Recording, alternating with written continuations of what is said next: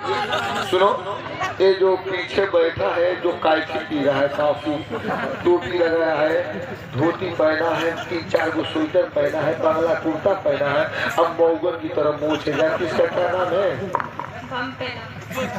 क्या नाम है? हम पेला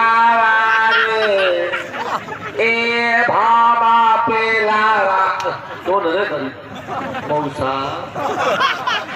मौसा ना मैं नहीं बोला, दे भैया मैं दे अभी चले ये कोई ऐसे बोला वाले ये कोई ना मौसा हम पेला हुआ हम कुछ कह दिए।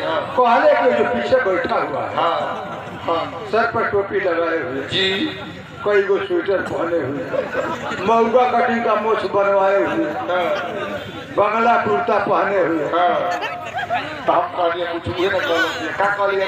हम पहला तो कहला सर आप ही का अरे भोसड़ी वाले अरे तू तो मौसा हुआ है, मिस मौसा कुमार। हाँ तो तुम्हारी तो कर दे मिस मौसा, अली मौसा मिस मौसा कुमारी।